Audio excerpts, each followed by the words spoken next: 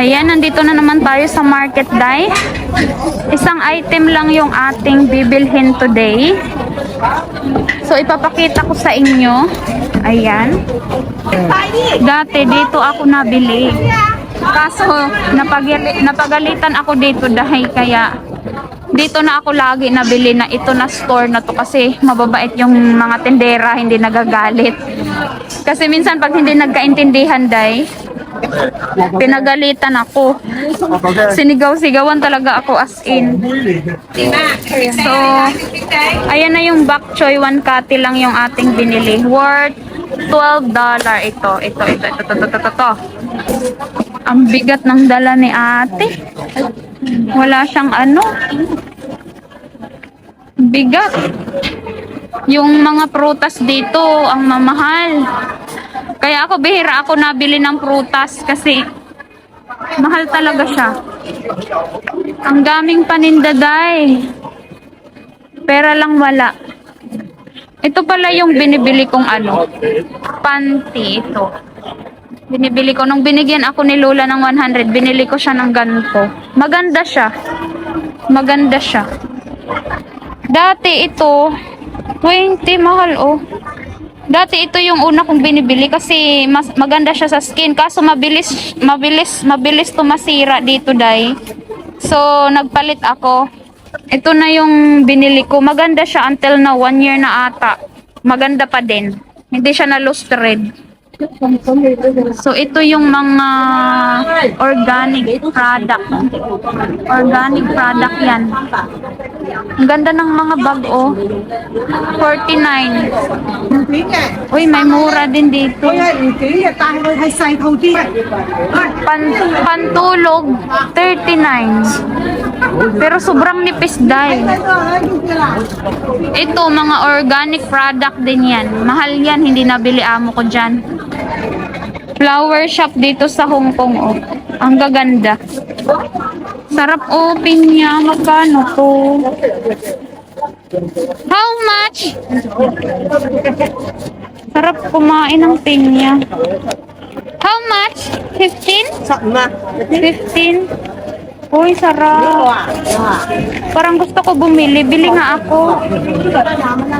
Bili ako pinya, day. Nag-cravings ako ng pinya.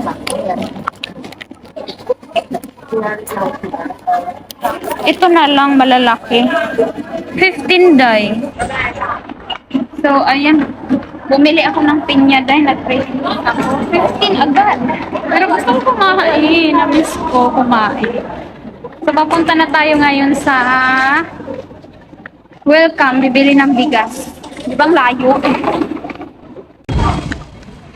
Hi everyone! Welcome back again to my channel. This is the one of legs for this video today. Ay sasagutin natin ang tanong ng ating subscriber. Sa FB ko siya nag-PM. Sabi niya, Day, ano ba ang process pag ang employer ang nakahanap sa'yo? So, meaning, ano ang process ng direct hire? So, ayan. So, kagabi day, may nakausap ako sa line. Ako kasi day ay parang walk-in na direct hire. No?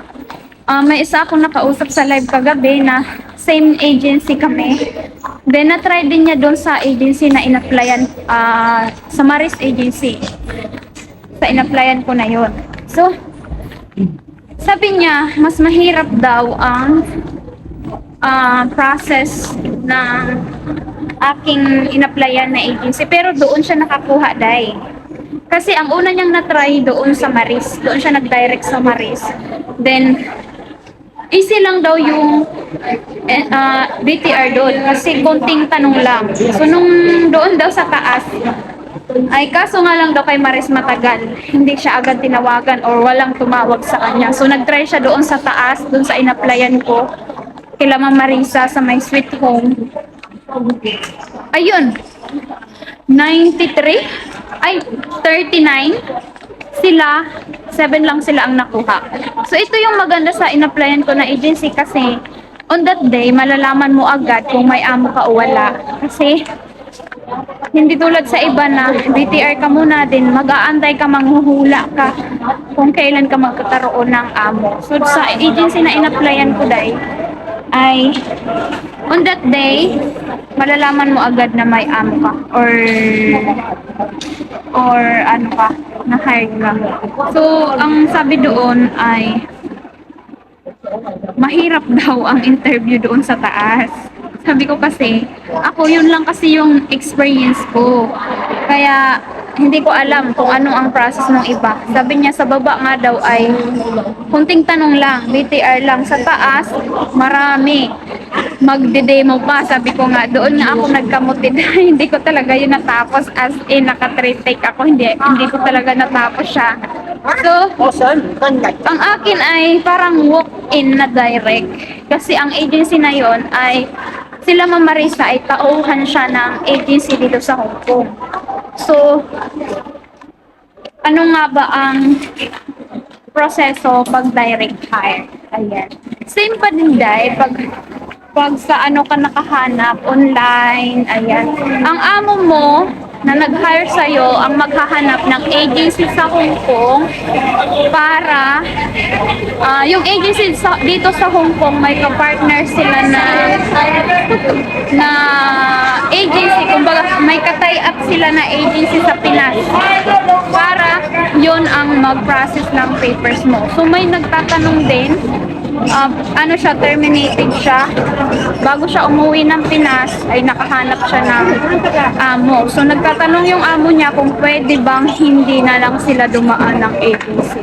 So hindi pwede talaga kasi illegal ka nun pag hindi ka dumaan ng agency. Kailangan mo pa rin talagang dumaan ng agency. Maliban na lang kung renew ka sa amo mo, tapos bago ka umuwi, yun, nakaprocess na yung papers mo. Tulad sa akin, hindi na kailangan magpalit-palit pa ng ng agency or siya kasi ay terminated siya.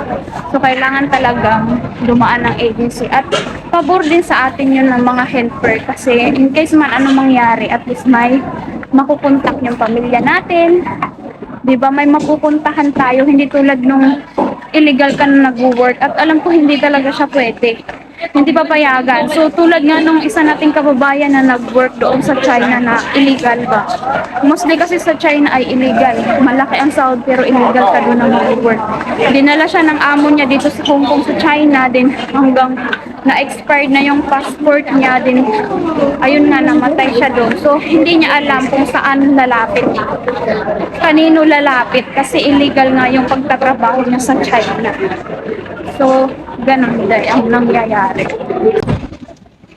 Tapos dahil pag nakahanap na ang employer mo ng agency dito sa Hong Kong na may ka-tie up dyan sa Pinas, so, ang process ay the same pa din sa walk-in applicant. So, tulad sa akin, example ko na lang sa'yo, nung nagka-employer ako, pinasa ako kay Maris, ang unang ginawa ay ang medical. So, kailangan natin maging fit to work. Medical, then next nun ay in-schedule ako for training, test the training.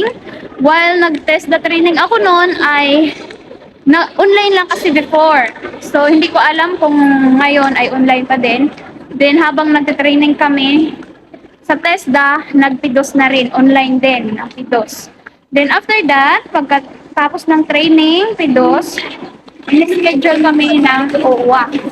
Pagka-OWA, doon mo na makikita ang visa mo, yung kontrata mo na may pirma na ng employer mo, galing Hong Kong. Then, for remedical, pag may remedical ka na, pag dumating na yung OAC mo, ayun, lipad na dito sa Hong Kong. Ayan.